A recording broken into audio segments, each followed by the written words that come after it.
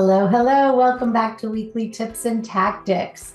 We are focusing on communication. And let's face it, that can be tough, and it's definitely a bone of contention for a lot of people.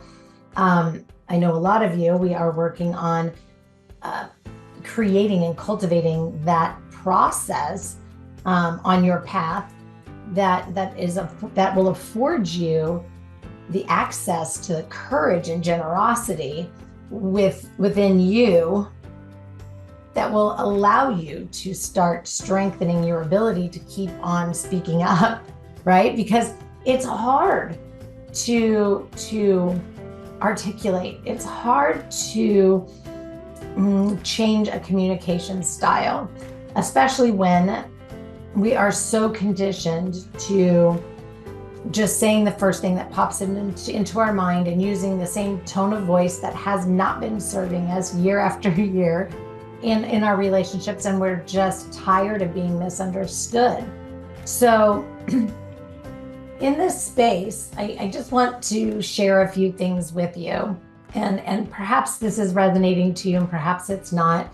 I just know that right now, where we sit at this time of the year, a lot of people are feeling irritated, agitated, annoyed, frustrated, and bothered in their relationships, whether they are at work, at home, just in the community, or just how they're experiencing their environments, and just are always feeling dismissed, unheard, undervalued. And there's a lot of turmoil, there's disrespect, there's dismissiveness, there's, a lot of things that are happening. So it becomes really easy for us to shut down. It becomes really easy for us to hold back.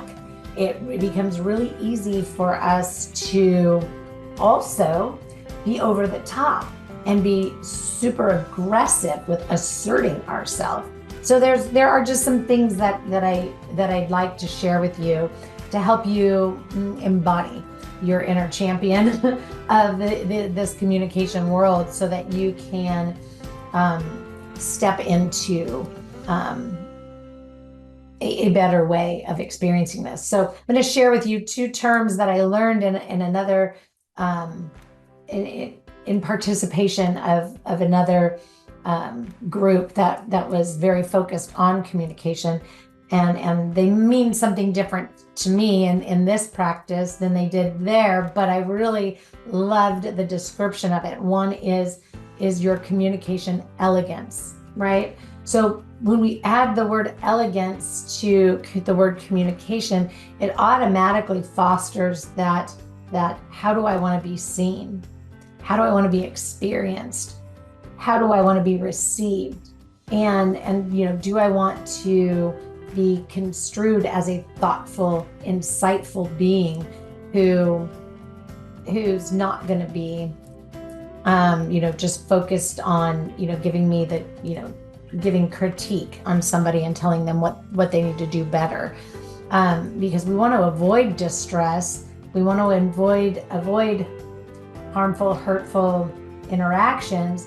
So the first thing we need to do in this space of wanting to have communication elegance is have this ability to focus first on all things that are right, true, perfect, and enough in whatever this communication is that's going on, and be able to exude compassion in our communication, so that the recipient of the person that we are communicating with can actually feel can actually feel our unconditional positive regard.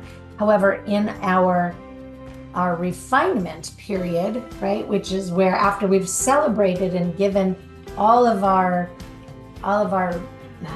praise, if you will, for all that is great about whatever it is, that we can give that refinement with an unwavering conviction that still exudes compassion.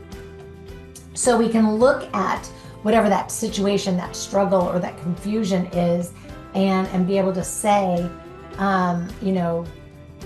offer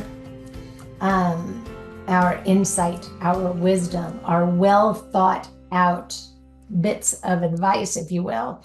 And part of this, this is that second piece that I liked the way they described this, which is, stepping into or allowing ourselves to become an innocent narcissist, which just really means that we are coming from an open, honest, genuine, transparent, and authentic stance, that we know what we say is true and correct for ourselves, right? So that's where that innocence comes in, right? We're not conniving, we're not manipulating, we're not, trying to